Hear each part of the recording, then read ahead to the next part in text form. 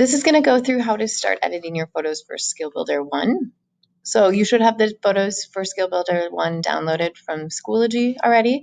So now we're going to open them up in either Photoshop or Photopea. So to open in Photopea, you're going to do Open from Computer. You also have the option to do File Open. Works the same. You're just going to do it from a different spot. Then you're going to search for your pictures. So find where you save them. Mine are saved in my Google Drive. So I'm going to look for my Digital Photo 1 folder, Project 1, and inside of that I have my Skill Builder. We're going to start with the balance photo. So you're going to click Open, and that's going to bring you to this image. We're going to go through cropping, and we're going to go through levels and white balance adjustment or color balance. So first thing you're going to want to do with your picture when you open it to edit it is to fix that composition. So hopefully it's set up really well when you took the picture, but sometimes we need to tweak it. So this is going to show you how to rotate it and crop it. So on the left side here, you're going to look for the crop tool. We're going to start with the free crop. In order to get this rotated, what you need to do is first draw a box going across here. And then once you go to the corners, you can see that double curved arrow, and you just want to turn that until it starts to align. Then we're going to bring the corners in so that they're inside of the photo. All right, once we've done that, we want to make sure, in this case of this photo, we don't have any white showing. And then we can either press the check mark, double click, or press enter to confirm, and that'll twist this. You're going to want to double check your crop when you're editing your photos, but in this photo, we have a really strong dominant line here and in the wall. So I'm going to re-crop that one more time. So once again, I'll click and drag. So I'm just on the edges, and I'm going to rotate this a little bit more so it aligns with the leading lines in the picture. When I do that though, I rotate, it kind of goes outside of my picture, and that'll show up with white space. So I just want to move that box inside.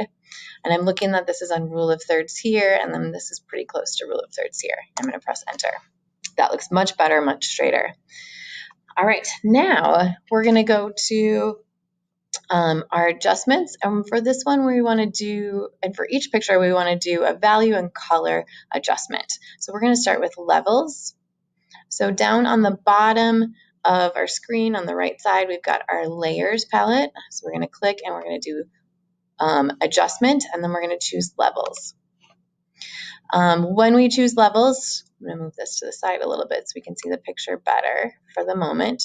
When we choose levels, we can see there's a histogram here, and this is going to show us the value range in our picture. So underneath that, we've got white for highlights, gray for midtones, and blacks for shadows. So we don't have any histogram above the blacks and barely any above the whites. So that shows us that we have low contrast in the picture because it's mostly in the midtones, and we need to adjust that. So we are going to start with the shadows, and we're going to bring that down. And when we do that, I'm going to move this to the left so we can see the person a little bit better. When we do that, it makes the picture darker overall.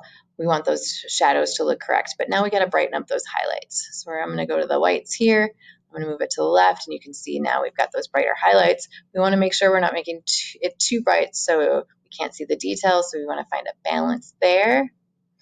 And then sometimes you'll need to adjust the midtones. Okay, in this case, it's going to make it a little too light or dark. So for this photo, we're just going to keep it at that 1.0 or around there. You can always type that in to reset it as well. And once we've got that, then we are set.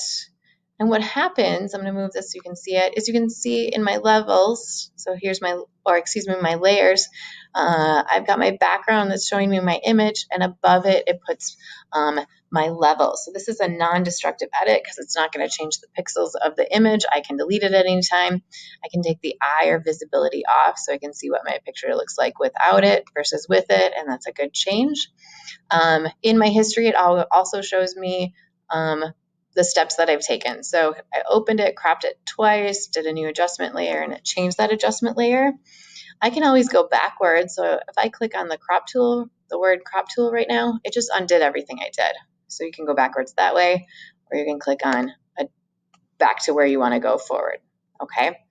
One other thing is if you ever want to go back to your adjustments, you've got a little abbreviation of what the adjustment is. Just double click on it. It'll take you back to what you did, and you can always change that. One more adjustment that we're going to do on this is we are going to go back to adjustments. We're going to click on color balance. So this photo is really red, so we want to balance it so we don't have as much red in the picture. So in our color balance, we have colors, red, green, blue. We'll adjust some of those. We don't always need to adjust all of them. And we also have a range, so we can adjust shadows, midtones, highlights. We're going to start with the shadows. If we bring it to the right, we'll add more red, which we don't want to do. So we want to bring it the opposite way and decrease the reds quite a bit in this case. Most of your photos won't be quite this extreme. Then we could go the opposite way and see if we want to bring in any more greens. We'll do a slight adjustment with that. And then we can also adjust the blues as needed. Okay, so in this case, you're pretty much just going to bring down those reds most of the way. We can also check that for the midtones, all of those different color shifts. I'm going to bring the greens up slightly. And then it looks like for this picture, I can keep everything pretty much the same, but I always go through, and I'm going to decrease the reds and the highlights. But I always go through for each range and just look to see if it needs to be changed at all. Same thing, you can reset these by just typing in 0. All right, our last adjustment on this one is going to be vibrance. So when we click on that, we've got an option for vibrance and saturation. Vibrance is going to affect the cool, or usually mostly the cool colors in your picture, and saturation is going to do mostly the warm colors. You want to make sure you don't oversaturate. So vibrance will bring up quite a little ways. I'm at about 20. It just pops those colors. Saturation, you can see it's going to make someone really orange if we overdo that. So we'll just be really subtle with the saturation. And then we can see when I go back to the crop tool, we can see that awesome difference that made for our photo. You are going to save this as both a Photoshop document, so save as PSD, and then put that in your Google Drive. You are also going to save it export it as a JPEG. You can keep the default there, keep the quality at 70 for now, and click Save. It's downloading both of those. I highly recommend that you open them and rename the files so that you don't accidentally save over the files once you put them in your Google Drive.